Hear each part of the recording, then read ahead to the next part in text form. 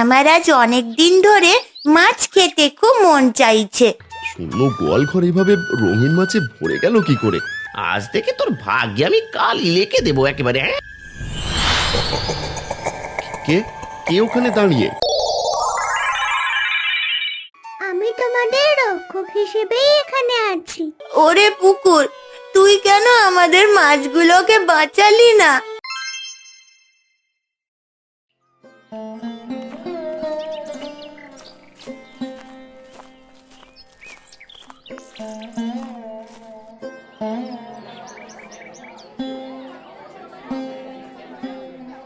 আরে এই যে বাপু, তুমি কে? তোমার এই অবস্থা দেখে খুব মায়া হচ্ছে। এই নাও 10 টাকা ধরো, কিন্তু তোমাকে কেন জানি খুব চেনা চেনা লাগছে। আমি মানে এই পথ দিয়ে যাচ্ছিলাম। আপনি বড় দয়ালু মানুষ, সৃষ্টিকর্তা আপনার মঙ্গল করবেন। আমাকে আপনি চিনবেন না গো বাবু। ওরে বাবা, কণ্ঠ শুনে চিনতে পেরেছি। তুমি তো আমাদের সেই হরিদা। কি অবস্থা হয়েছে তোমার? এককালে কত টাকা পয়সা ছিল তোমার, আজ দেখছি কিছুই নেই। এমনকি ব্যাগটা চোখও কানা হয়ে গেছে। ও সব পুরনো কথা থাক না বাপু, আমার অবস্থা নিয়ে তোমাকেও তো ভাবতে হবে না। সময় বদলে গেছে, এখন মানুষের কাছে হাত পেতে দিন কাটাতে হয়, এটাই আমার নিয়তি। কিন্তু কিভাবে কি হলো বলো তো হরিদা? আমরা তো কিছুই বুঝতে পারলাম না।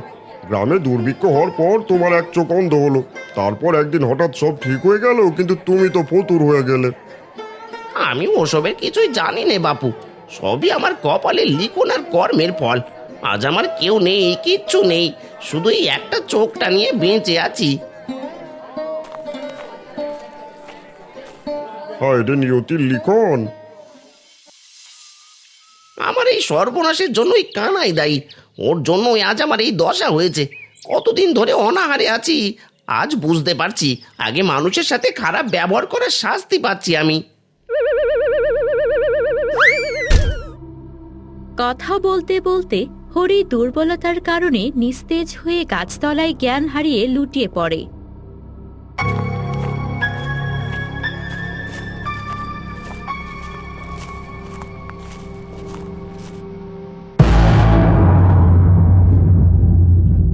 বাবা, আপনি হঠাৎ থেমে গেলেন যে, কোনো অস্বস্তি বোধ করছেন? ওই দেখ বিশু, দূরে গাছের নিচে একটা লোক পড়ে আছে, চল তো ওদিকে। ঠিকই তো, চলেন বাবা। এই যে বৎস, চোখ খোলো, কি হয়েছে তোর? বিশু, দেখ তো লোকটা বেঁচে আছে কিনা। অনেকক্ষণ তো ডাকাডাকি করলাম, কিন্তু ওর কোনো সাড়া শব্দ পাচ্ছি না। বাবা, মনে হচ্ছে এই লোকটা অনেকদিন কিছু খায়নি, একদম নিস্তেজ হয়ে আছে। একে এভাবে ফেলে রাখা ঠিক হবে না। চলুন আমরা আশ্রমে নিয়ে গিয়ে ওর সেবা করি। চেলার কথা তান্ত্রিক বাবা ফেলতে পারে না। মানবতার খাতিরে হরিকে দুজনে ধরে তাদের আশ্রমে নিয়ে যায় আর জড়িবুটি দিয়ে তার জ্ঞান ফেরায়। আমাদের দেওয়া জড়িবটিতে তুই এখন সুস্থ প্রায়। এখন সত্যি করে বল তো বৎস, তোর এই করুণ দশা কি করে হয়েছিল, আর তুই কেন গাছতলায় পড়েছিলি? আমি অনেকদিন ধরে উপোস ছিলাম বাবা, পেটে দানা পানি না থাকায় শরীর একদম কাহিল হয়ে গিয়েছিল। এই গাছতলায় একটু জিরোতে বসেছিলাম, তারপর আর কিছুই মনে নেই আমার। শরীর যেহেতু এখন সুস্থ, তাই তুই এখন নিজের মতো বাড়ি ফিরে যেতে পারিস। তোর মতো কর্মঠ মানুষ এখানে একা পড়ে থাকলে কি চলে? যা বাছা, বাড়ি ফিরে যা। আমার এই দুনিয়ায় কোনো ঘর বাড়ি নেই বাবা, আমার আপন বলতেও কেউ নেই। মাথা গোঁজার ঠাঁইটুকু পর্যন্ত হারিয়ে আমি এখন ভবঘুরে এক নিঃস্ব মানুষ। তোর এমন দুর্দশা দেখে আমার বড় মায়া হচ্ছে। তুই আমার কাছে একবার কিছু একটা চাইতে পারিস, যা তোর জীবনে খুব প্রয়োজন। আমি তোকে সাহায্য করতে চাই। লোকটাকে অনেক শক্তিশালী তান্ত্রিক বলে মনে হচ্ছে। এই সুযোগকে কাজে লাগিয়ে কানাইয়ের একটা ব্যবস্থা করতেই হবে, নইলে আমি মরেও শান্তি পাবো না। বাবা, আমার এই বিনাশের জন্য দায়ী ওই ধূর্ত কানাই। ও আমার সব শান্তি কেড়ে নিয়েছে। ও বড় শক্তিশালী, আমি একা ওর সাথে পেরে উঠি না। আপনি আমায় একটা ভূত দিন, যাতে আমি ওকে সায়স্তা করতে পারি। না না না না, ঠিক এসব কি বলছিস? আমি কারো ক্ষতি করার জন্য আমার সাধন বা বিদ্যা ব্যবহার করতে পারি না। বড় নিন্দার হিংসা ছেড়ে ভালো পথে ফিরে আয়। আবে কিন্তু বাবা, আপনি নিজেই তো আমাকে বর চাইতে বলেছিলেন। এখন আপনি নিজেই নিজের কথার খেলাপ করতে পারেন না। আপনি আমায় ফিরিয়ে দেবেন না? তুই বড় ধূর্ত মানুষ। ঠিক আছে, আমি তোকে দাসপুর দিচ্ছি, তবে মনে রাখিস এটা দিয়ে যেন কোনো নিরাপরাধ মানুষের ক্ষতি না হয়। যদি ভুল করিস তবে এর ফল হবে অতি ভয়াবহ।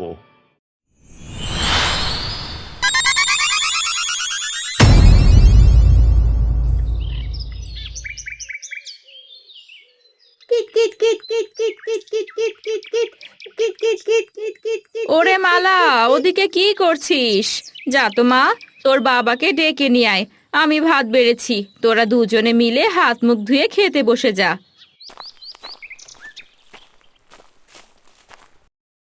এই তো মা, বাবাকে নিয়ে চলে এসেছি। ও মা, আজ কি রান্না করেছো গো? খুব খিদে পেয়েছে। কি দিয়ে ভাত খাবো বলো তো? আজ বাগানের টাটকা সবজি দিয়ে নিরামিষ রেঁধেছি রে মা, খুব সুন্দর স্বাদ হয়েছে। তোরা তাড়াতাড়ি গরম গরম খেয়ে নে দেখি। ধ্যাৎ, আমি এসব নিরামিষ তরকারি একদম খাবো না। আমার আজ অনেক দিন ধরে মাছ খেতে খুব মন চাইছে। আমাকে মাছ দাও। জানিসই তো মা, অভাবে চোটে গরু দুটো বিক্রি করে দিলাম। এখন গোয়াল ঘরটা একদম ফাঁকা পড়ে আছে, হাতে একটা পয়সাও নেই। এখন এই নিরামিষটুকু খেয়ে নে, খাওয়া শেষ করে আমি নদীতে যাব আর তোর জন্য বড় দেখে মাছ ধরে আনবো। শুনলি তো, তোর বাবা যখন বলেছে মাছ আনবে তখন নিশ্চয়ই আনবে। এখন লক্ষ্মী মেয়ের মতো খেয়ে নে দেখি। আচ্ছা মা, তবে দাও, আমি খেয়ে নিচ্ছি। কিন্তু বাবা যখন নদীতে মাছ ধরতে যাবে তখন আমিও বাবার সাথে যাব। ঠিক আছে মা, তোর যখন অত শখ তবে তোকেও আজ সাথে করে নিয়ে যাব। তুই পাশে বসে দেখিস আমি কত বড় বড় মাছ ধরি।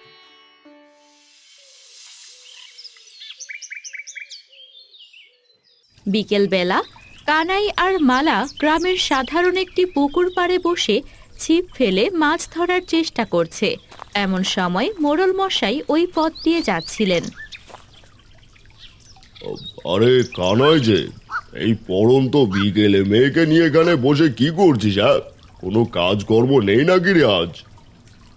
আর বলবেন না মোড়ল মশাই, মেয়েটা শুধু নিরামিষ তরকারি দিয়ে আর ভাত খেতে চাইছে না। যদি একটা মাছ ধরতে পারি তবে মেয়েটা আজ অন্তত তৃপ্তি করে দুমুঠো খেতে পারবে, কিন্তু মাছের তো দেখাই নেই। এই গ্রামের সাধারণ পুকুরে কি মাছ আর পাবি রে কানাই? সারাদিন গ্রামে সবাই এখানে জাল ফেলে, এখানে আদেও কোনো মাছ অবশিষ্ট আছে কিনা কে জানে। আপনার কথা মিছে নয় মোড়ল মশাই, আমিও জানি এখানে মাছ পাওয়া কঠিন, কিন্তু নিরুপায় হয়ে এখানে বসে ভাগ্যের পরীক্ষা করছি। যদি কপালে কিছু জোটে। শোন কানাই, তোর নিজের তো একটা বড় পুকুর বাড়িতে আছেই, তুই সেখানে নিজে মাছের চাষ করিস না কেন? তাতে তোদের খাওয়াও হবে, আবার বাজারে বিক্রি করে সংসারও চলবে। মাছ চাষ করা তো ভাগ্যের কথা মোড়ল মশাই, কিন্তু তার জন্য তো অনেক টাকার প্রয়োজন। আমার মতো গরিব মানুষ মাছের পোনা কেনার টাকা কোথায় পাবে বলুন? আচ্ছা, তুইও তো চিন্তা করিস না, একবার আমার বাড়ি আসিস, আমি তোকে মাছ চাষ শুরু করার জন্য কিছু টাকা দিয়ে সাহায্য করব।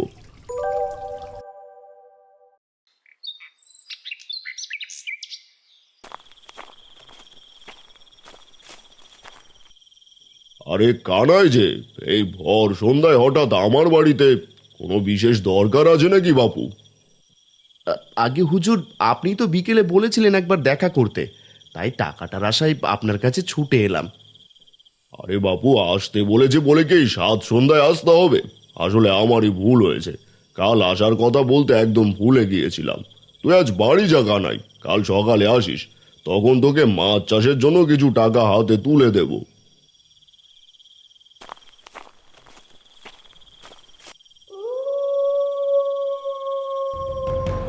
এই রাতের বেলায় কি আসে এদিক দিয়ে? ঠিকই তো কানাই মনে হচ্ছে। আয় বেটা আয়, আজ থেকে তোর ভাগ্যে আমি কাল লেখে দেবো একেবারে। হ্যাঁ,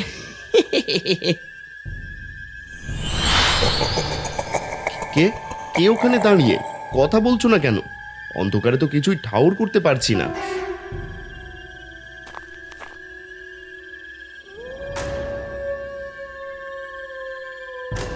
এভাবে বেশ খানিকক্ষণ কানাইয়ের সাথে এমন ঘটতে থাকে।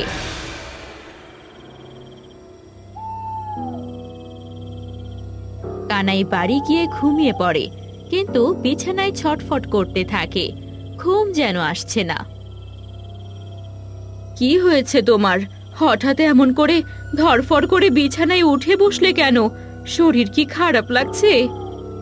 জানি না গো কবিতা, মনটা খুব অস্থির লাগছে। চোখ বন্ধ করলেই মনে হচ্ছে কেউ আমার দম আটকে দিচ্ছে। আমি আর ঘুমোতে পারছি না। ভয় পেও না, সারাদিন হয়তো দুশ্চিন্তায় এমন হচ্ছে। তুমি শান্ত হয়ে শোও তো, আমি তোমার মাথায় হাত বুলিয়ে দিচ্ছি।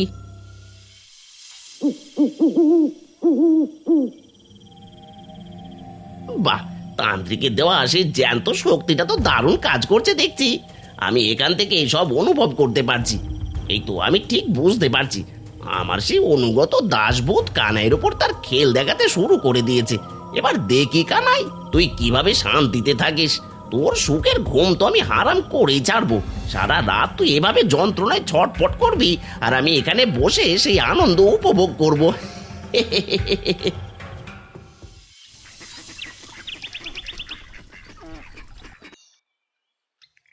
এই নে কানাই, তোর মাছ চাষের জন্য এই টাকাগুলো রাখ। খুব সাবধানে যাস, আর ভালো দেখে মাছের পোনা কিনবি কিন্তু। আপনার ঋণ আমি কোনোদিন শোধ করতে পারবো না মোড়ল মশাই। আমি আজই বাজারে যাব মাছের পোনা আনতে। আপনি শুধু আশীর্বাদ করবেন। আশীর্বাদ করি তুই যেন সফল হোস। নিজের পুকুরে মাছ চাষ করে এবার নিজের ভাগ্যটা নিজেই বদলে ফেল কানাই। ফেরার পথে সেই নির্জন হিজলতলা। হঠাৎ কানাইয়ের সামনে ধোঁয়ার মতো আবছা কিছু ভেসে ওঠে, আবার পরক্ষণেই মিলিয়ে যায়। এ কি, ঠিক কালকের মতো আজও মনে হলো চোখের সামনে দিয়ে কি যেন একটা উড়ে গেল। কে ওখানে? এই সাত সকালে নির্জন জায়গায় কে আছো? তুই তোর সবটুকু দিয়ে চেষ্টা করিস না কেন, তুই কোনোভাবেই সফল হতে পারবি না। মনে রাখিস, কেউ একজন চায় না তুই ভালো থাকিস। আমি কি শুনছি? আমি একজন সামান্য কৃষক মাত্র। আমার সাথে এমন খেলা খেলো না। আমি কারো অন্যায় করিনি। আমায় এসব বলে কোনো লাভ নেই। বললাম তো, কেউ একজন চায় না তোর ভালো হোক, আর আমি সেই মতোই তোর পিছু নিয়েছি। তুমি যে হও না কেন, আমি আমার সততার উপর বিশ্বাস রাখি। তুমি আমার মনোবল কখনোই ভাঙতে পারবে না।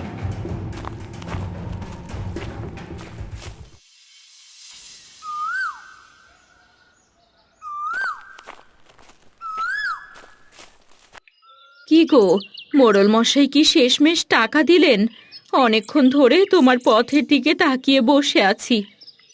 হ্যাঁ গো কবিতা, মোড়ল মশাই কথা রেখেছেন। এখন আর দেরি করা যাবে না। পুকুরে ছাড়ার জন্য মাছের পোনা কিনতে এখনই বাজারে যেতে হবে। ও বাবা, তুমি একা যেও না, আমাকেও তোমার সাথে বাজারে নিয়ে চলো। আমি নিজের চোখে রঙিন মাছের পোনা দেখব। আচ্ছা মা, চল, তোকে নিয়ে মাছ কিনে আনি। তুই সাথে থাকলে আমারও বেশ ভালো লাগবে। তুই তাড়াতাড়ি তৈরি হয়ে নে।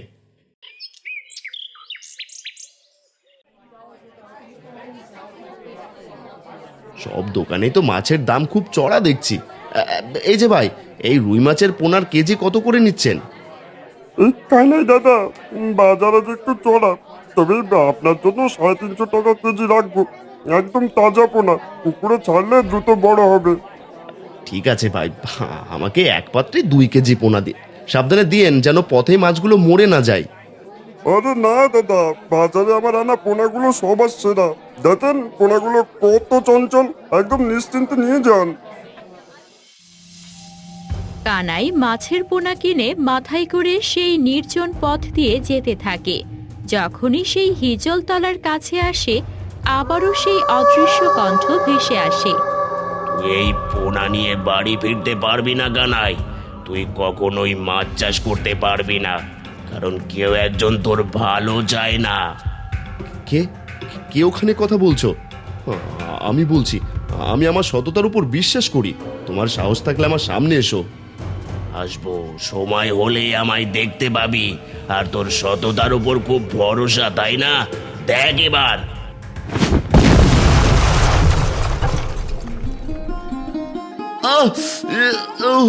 মরে গেলাম। ও বাবা, এ কি হলো? তুমি হঠাৎ এইভাবে আছাড় খেলে কিভাবে? তোমার তো অনেক চোট লেগেছে গো। আর তুমি কার সাথে কথা বলছিলে? ওরে মালা, আমার কথা বাদ দে। আগে দেখ মাছগুলো সব কোথায় গেল, তাড়াতাড়ি ওগুলো ধর। কোথায় মাছ বাবা? একটা মাছও তো কোথাও দেখছি না। এই হাঁড়ির ভেতরেও তো এক ফোঁটা জল বা মাছ কিছুই নেই।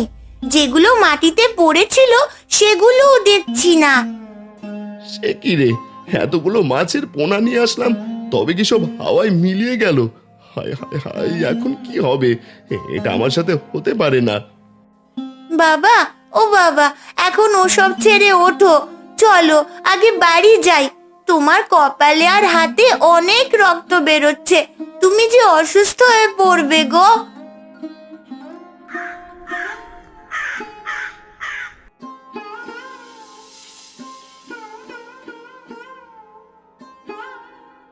কি থেকে কি হয়ে গেল বলো তো? মাছ কিনতে গিয়ে তুমি এমন ভাবে জখম হয়ে ফিরবে তা তো স্বপ্নেও ভাবিনি। বিশ্বাস করো কবিতা, আমি নিজেও কিচ্ছু বুঝতে পারছি না। চোখের পলকে সব ওলট পালট হয়ে গেল। আর একটা অদৃশ্য ছায়া আমার পিছনে পড়ে আছে, সব কাজে আমায় বাধা দিচ্ছে। কি বলো? অদৃশ্য ছায়া? আসলে বলো তো তোমার কি হয়েছে? মালামাও তো তোমার সাথে ছিল। সে শুধু আমাকেই দেখা দেয় আর বলে কে জানি আমার ভালো চায় না।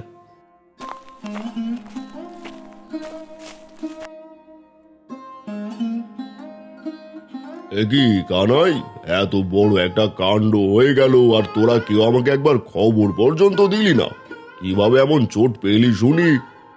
মোড়ল মশাই, আমার সাথে কি যে হচ্ছে আমি নিজেই জানি না।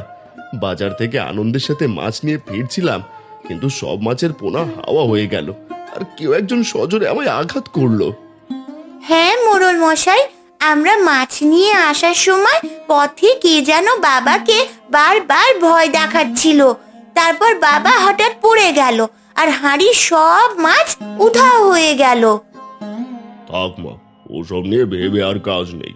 যা হবার হয়ে গেছে, মাছ হয়তো পড়ার সময় লাভালাভি করে ঝোপঝাড়ে বা গর্তে চলে গেছে।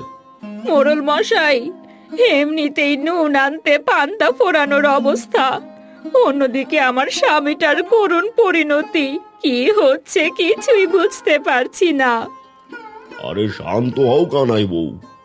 কানাই, তুই তো এখন জখম শরীর নিয়ে বাজারে মাছ কিনতে যেতে পারবি না। এই নগেন, তুই নিজে গিয়ে ভালো জাতের মাছের পোনা কিনে কানাইয়ের পুকুরে ছেড়ে দিয়ে আসবে। হ্যাঁ, না না মোড়ল মশাই, আপনি আমাদের জন্য আর কত করবেন? এমনিতেই অনেক টাকা খরচ করেছেন, আর লজ্জায় ফেলবেন না। তুই একদম চুপ করবি। তুই কি আবার কম উপকার করেছিস? তোর মতো এমন বিশ্বাসী লোক আমি আর এ তল্লাটে পাবো কোথায় বলতো দেখি?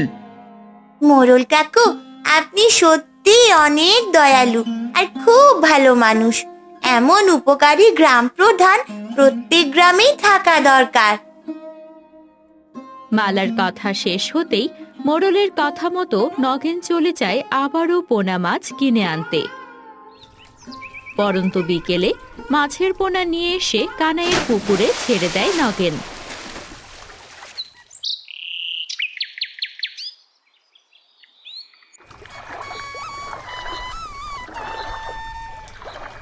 ওগো, দেখেছো?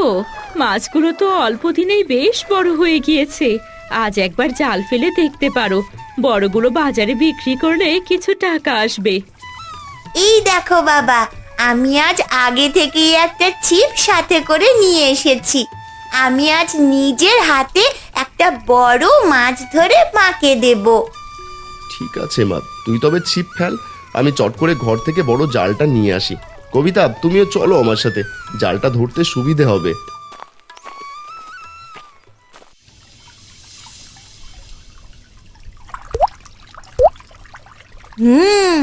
টোপটা বোধহয় গিলেছে। টান দিয়ে দেখি কি মাছ বড়শিতে আটকেছে। ওরে বাবা, এ কি হলো? মাছটা হঠাৎ ব্যাং হয়ে গেল কেন? পুকুর থেকে ওটা কি অদ্ভুত কালো ধোঁয়া বেরোচ্ছে। হঠাৎ পুকুরের জল টকবক করে ফুটতে শুরু করে এবং একটি বড় কালো ছায়া ভেসে ওঠে। তার ইশারায় পুকুরের সব মাছ জল থেকে লাফিয়ে মৃত ব্যাঙ হয়ে যায় আর পানি আস্তে আস্তে কমতে থাকে। এই তো মা, আমি জাল নিয়ে চলে এসেছি। কিন্তু তুই এভাবে পুকুর পাড়ে দাঁড়িয়ে কাঁপছিস কেন? কি হয়েছে? ও বাবা, জাল দিয়ে আর কি হবে? দেখো, চেয়ে দেখো একবার, পুকুরে সব মাছগুলো কেমন জাদুর মতন ব্যাঙ হয়ে গেল। পুকুর এখন একদম ফাঁকা, পানিও উধাও। হায় সৃষ্টিকর্তা, এ কি পরীক্ষা নিচ্ছ আমার? আমি তো জীবনে কারো কোনো ক্ষতি করিনি, তবে আমার সাথেই কেন বারবার এমন অলৌকিক বিপদ হচ্ছে? কেঁদো না গো, এখানে বেশিক্ষণ থাকা ঠিক হবে না। চলো এখন ঘরে চলো, এই জায়গাটা কেমন জানি ছমছম করছে।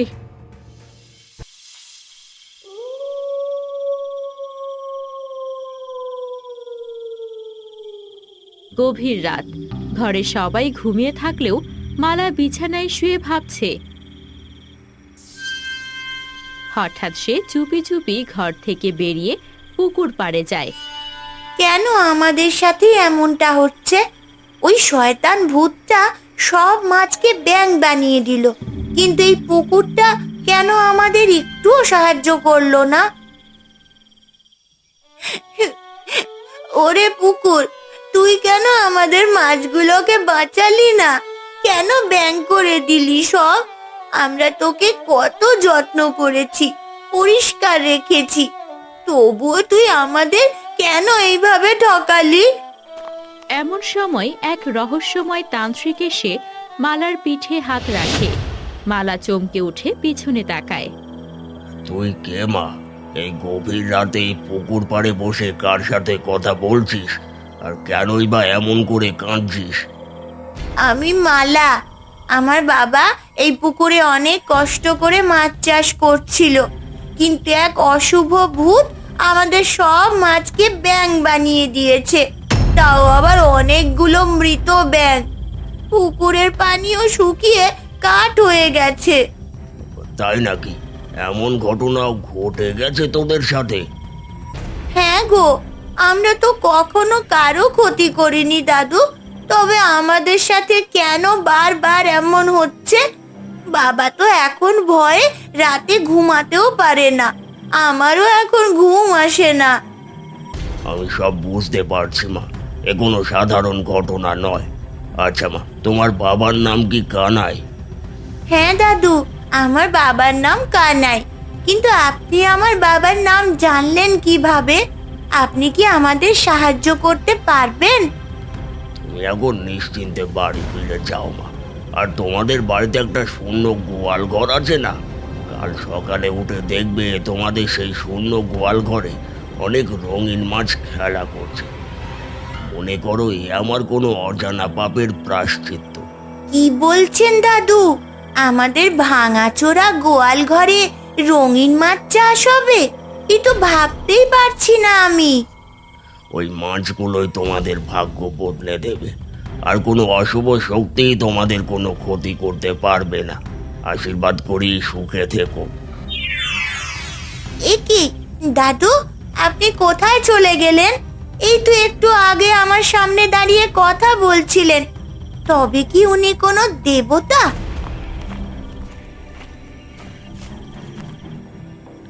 এ কি মালা, তুই এই মাঝরাতে এখানে একা কি করছিস? আমরা তো তোকে ঘরে না পেয়ে খুব চিন্তায় পড়ে গিয়েছিলাম রে মা। মা, বাবা, আমি পুকুরকে বকতে এসেছিলাম, কেন সে আমাদের মাছগুলো বাঁচালো না, কেন পানি ধরে রাখলো না। কিন্তু এখানে এক বুড়ো তান্ত্রিক দাদুর সাথে আমার দেখা হয়েছে। তুই আবার এসব কি বলছিস মা? নিশ্চয়ই ওই ভূত তোকে এখানে নিয়ে এসেছে। না মা, তিনি সত্যি এক তান্ত্রিক দাদু ছিলেন। তিনি বললেন আমাদের গোয়াল ঘরে নাকি কাল থেকে রঙিন মাছের চাষ হবে। মা, দাদু বলেছেন আমাদের আর কোনো ভয় নেই, কোনো ভূত আর আমাদের ক্ষতি করতে পারবে না। কি বলছিস এসব আবল তাবল? গোয়াল ঘরে মাছ আসবে কোত্থেকে? আর তোর বাবা আবার নতুন করে মাছ কেনার টাকা পাবে কোথায়? চল এখন ঘরে চল।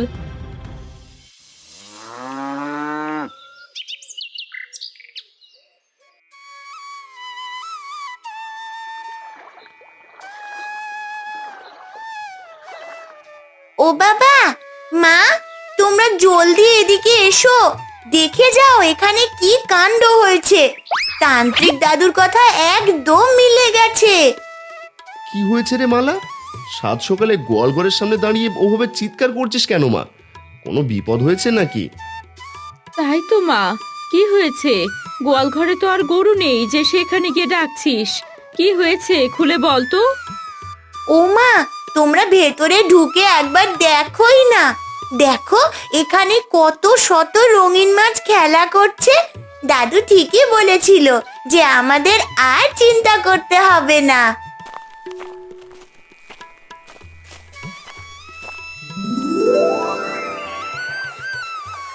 এ কি, এ তো সত্যি সত্যি অবিশ্বাস্য ব্যাপার। শূন্য গোয়ালঘর এভাবে রঙিন মাছে ভরে গেল কি করে? এ তো কোনো অলৌকিক শক্তি ছাড়া সম্ভব নয়। দাদু বলেছিল আমরা এখন থেকে এই রঙিন মাছেরই চাষ করতে পারবো। আমাদের আর মাছ কেনা বা টাকার জন্য কোনো দুশ্চিন্তা করতে হবে না বাবা। তুই ঠিকই বলেছিস মা, বাজারে এই বিদেশি রঙিন মাছের তো অনেক দাম পাওয়া যায়, কিন্তু এই দয়ালু তান্ত্রিক বাবা কোথায় থাকেন বলতো মা? দাদু কোথায় থাকেন তা তো জানি না বাবা। রাতে কথা বলা শেষ হতে না হতেই তিনি হঠাৎ কুয়াশার মতন মিলিয়ে গেলেন। আমি খুঁজেই পেলাম না। যাই হোক, ওই তান্ত্রিক বাবাই আমাদের রক্ষা করেছেন। তুই যদি কোনোদিন আবার তাকে দেখতে পাস তবে আমাদের হয়ে অনেক ধন্যবাদ জানাস। পারলে তাকে একবার বাড়িতে নিয়ে আসিস মা।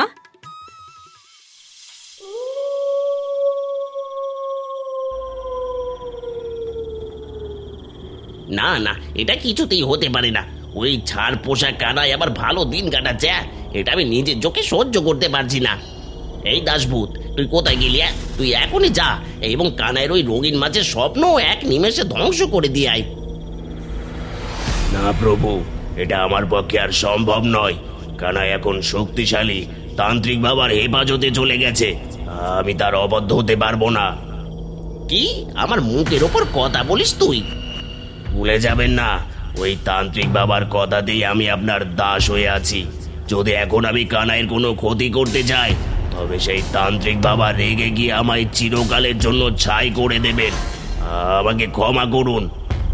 তুই সামান্য এক ভূত হয়ে আমাকে ভয় দেখাচ্ছিস? তুই আমার কেনা দাস, তোকে শুধু আমার হুকুমই পালন করতে হবে। তোকে এত সাত পাঁচ ভাবতে হবে না। কানাই যদি সুরক্ষিত থাকে তবে কানাইকে ছেড়ে তুই এর মেয়ের ছোট্ট মালার ক্ষতি করে। মেয়েটার কোনো সর্বনাশ করতে পারলে কানাই নিজে থেকেই ভেঙে পড়বে। কেন, যে প্রভু আমায় তোর মতো এক নিষ্ঠুর মানুষের কাছে পাঠালেন, যদি তার হুকুম পেতাম এখনই আমি ঘাড় মটকাতাম ব্যাটার।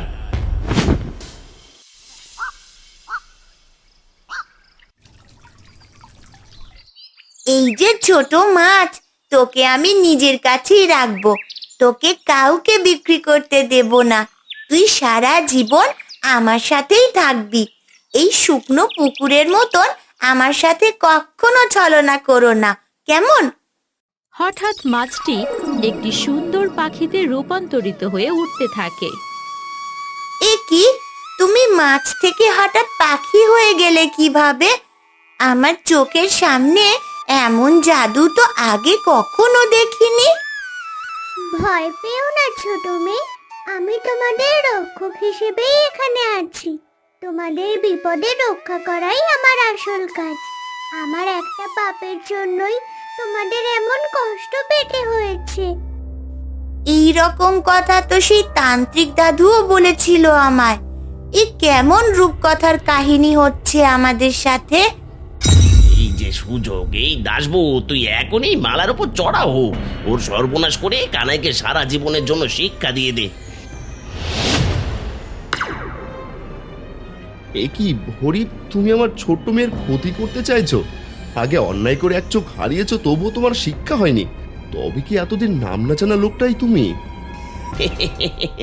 হ্যাঁ কানাই, আমি সেই হরি। তোর জন্যই আজ আমার এই দশা। এক চোখ হারিয়ে ভিখিরি হয়েছি। আজ আমি তোকে অন্ধ করে আমার মতো ভিখিরি বানিয়ে ছাড়বো। মালামা সাবধানে, হরিদা এখন শয়তান হয়ে গেছে, তার সাথে তার দাস ভূত আছে। এই দাসভূত, এই লাঠিটা ছুঁড়ে কানাইয়ের চোখ কানা করে দে। ওকেও আজ থেকে আমার মতো অন্ধকারে ডুবে থাকতে দে। দাসভূত কানাইয়ের চোখের দিকে লাঠি ছুঁড়ে মারতেই সেই পাখিটি উড়ে আসে লাঠির সামনে এবং পাখিটি তান্ত্রিকের রূপ ধারণ করে কানাইয়ের সামনে এসে দাঁড়ায়। লাঠিটি বাতাসে থমকে যায়। খবরদার হরি, এই নিরাপরাধ পরিবারটির ক্ষতি করার চেষ্টা করবি না। তোর পাপের ঘোড়া এবার পূর্ণ হয়ে গেছে, এবার তোর শাস্তি পাওয়ার পালা। আপনি আমার পথে বাধা দেবেন না তান্ত্রিক বাবা, আপনি সরে যান। আজ আমি ওদের কাউকে আস্ত রাখবো না, সব শেষ করে দেব। আমার টার্গেট মিস হতে পারে না। তুই আমার কাছে ছলনা বলে এই দাসবোধ নিয়েছিস এবং তা দিয়ে নিরাপরাধ মানুষের ওপর অত্যাচার করেছিস। তোর ক্ষমা নেই। আমি যা খুশি তাই করব। আপনি যদি আমার পথে বাধা হন তবে আজ আমি আপনাকেও সরিয়ে দেব। এই দাসভূত, তান্ত্রিককে আক্রমণ কর। আমি পারবো না, তান্ত্রিক বাবা আমায় লাঠি থামিয়ে দিয়েছেন। এখন উনি হুকুম করলে আপনার ভবলীলার সাঙ্গ করতেও আমার হাত পা কাঁপবে না। দেখ হরি, যে ভূতকে দিয়ে তার দাসত্বের কাজ করিয়েছিস, এবার সে নিজেই তোর ঘাড় মটকাতে চাচ্ছে। তুই কত বড় পাপী! হ্যাঁ, আমি পাপি ওই কানাইয়ের জন্য। ওকে আমি ছাড়বো না। তুই ছাড় পাস কিনা দেখ। তুই কানার চোখ অন্ধ করতে চেয়েছিলি, তাই এখন থেকে তুই দুই চোখে অন্ধ হয়ে থাকবি, যাতে কারো সুখ দেখে তুই আর হিংসে করতে না পারিস। এই যে দাসবোধ, হরির বাকি চোখটা অন্ধ করে দে।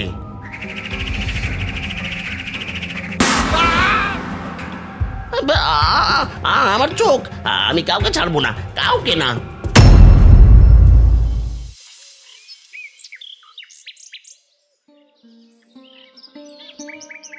জানো কবিতা, বাজারে আমাদের এই রঙিন মাছগুলোর এখন দারুণ চাহিদা। ভাবছি আজ আরো কিছু মাছ বাজারে নিয়ে যাব, তাতে অনেকগুলো টাকা আসবে। সব মাছ যদি বাজারেই বিক্রি করে দাও তবে হবে নাকি? আমাকে একটু খাওয়াবে না? আমার কি আর মাছ খেতে ইচ্ছে করে না ভেবেছো? ঠিক বলেছো কবিতা। এই নে মালামা, তোর মায়ের জন্য সেরা কয়েকটা মাছ আলাদা করে তুলে রাখিস তো। হ্যাঁ বাবা, অবশ্যই রাখবো। কিন্তু শোনো, ওই গাঢ় বেগুনি রঙের মাছটা কিন্তু ভুলেও ধরো না জানো। ওটাকে আমরা কোনো দিনও বিক্রি করব না। কেন রে মা, এই মাছটা তোর কাছে এত প্রিয় কেন আবার? তোমরা তো জানো না, ওই বেগুনি মাছটাই কিন্তু সেই দিন পাখি হয়ে তান্ত্রিক দাদুর রূপ নিয়েছিল আর আমাদের সবার প্রাণ বাঁচিয়েছিল। ওটা আমাদের ঘরের রক্ষাকর্তা। তাই নাকি রে মা? তাহলে তো ওটা আমাদের কাছে এক আশীর্বাদ হয়েই থাকবে। সত্যি গো, রঙিন মাছের চাষ আমাদের জীবনটাই বদলে দিয়েছে। যে গোয়াল ঘর একদিন শূন্য ছিল, আজ তা আমাদের মুখে হাসি ফুটিয়েছে। গোয়াল ঘরে রঙিন মাছের চাষ সত্যি লাভজনক।